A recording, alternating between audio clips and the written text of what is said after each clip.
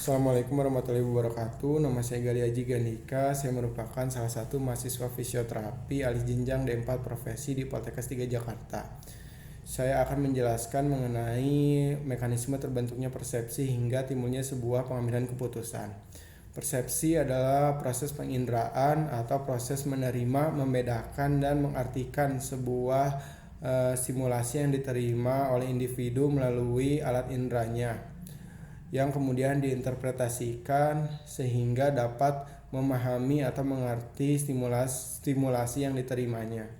Proses persepsi berawal dari organ yang membawa rangsangan. Rangsangan tersebut mengenai alat indera atau reseptor yang kemudian dihantarkan oleh saraf sensorik menuju ke otak. Kemudian di otak terjadi sebuah proses sehingga akhirnya individu tersebut menyadari mengenai stimulus dari reseptor tersebut dan timbullah sebuah aksi atau pengambilan keputusan atas penerimaan rangsangan atau stimulus tersebut, baik berupa penglihatan, identifikasi bentuk ataupun warna, ataupun pengecapan berupa rasa, dan juga pendengaran. Mekanisme terbentuknya persepsi dapat melalui stimulasi auditori atau pendengaran. Telinga adalah sebuah organ yang mampu mendeteksi atau mengenali suara ataupun bunyi. Bunyi adalah vibrasi molekul udara yang dapat menstimulasi sistem auditori. Vibrasi molekuler yang dapat didengar oleh manusia berkisar antara 20-20.000 Hz per detik. Mekanisme terbentuknya persepsi dari stimulasi auditori berawal dari gelombang bunyi yang berjalan melalui kanal auditori menyebabkan gendang telinga bergetar. Bunyi tersebut memicu vibrasi pada koklea atau rumah siput. Di dalam rumah siput terdapat selaput internal yang merupakan reseptor auditori, disebut dengan organ korti. Reseptor tersebut meneruskan ke saraf auditori hingga berproyeksi ke korteks auditori primer yang ada di otak. Setelah itu otak dapat mengidentifikasi dari bunyi tersebut berupa sebuah respon tubuh. Stimulasi pengecapan atau gustatori. Reseptor pengecapan terdapat di lidah dan di berbagai rongga mulut. Terdapat 4 macam pengecapan primer, yaitu manis di ujung lidah, asin, asam, dan juga pahit di belakang lidah. Serta ada satu lagi rasa primer juga, yaitu umami, yang dapat diartikan lezat ataupun gurih.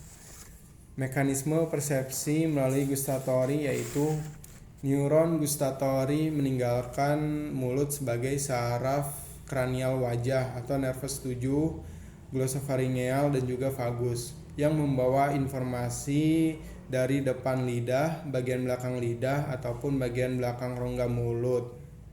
Serabut ini berakhir di nukleus soliter dari medula yang bersinapsis di neuron-neuron yang berproyeksi ke nukleus posterior ventral thalamus. Akson-akson gustatori nukleus posterior ventral berproyeksi ke gustatori primer hingga akhirnya otak dapat menginterpretasi stimulasi yang didapat melalui gustatori. Stimulasi visual.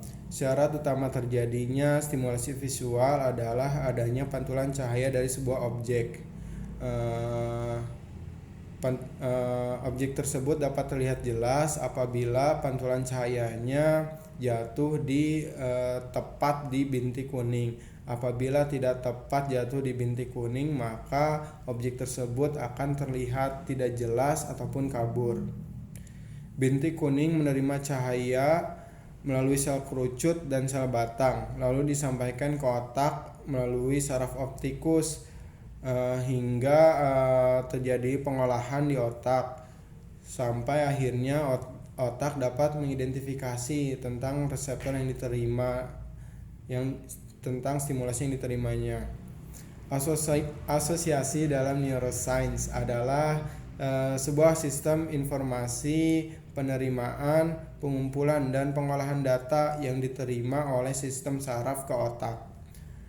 Pada bagian korteks cerebri kemudian disalurkan ke berbagai macam area otak yang memiliki tugas masing-masing. Informasi atau stimulus yang masuk dari luar melalui panca indera ditangkap untuk menjadi sebuah persepsi, hingga akhirnya stimulus yang ditangkap akan diolah oleh otak dan menimbulkan aksi dari tubuh sebagai suatu respon atau reaksi.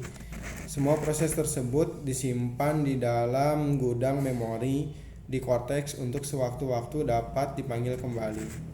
Mungkin sekian yang bisa saya sampaikan. Mohon maaf bila banyak kekurangan. Wassalamualaikum warahmatullahi wabarakatuh.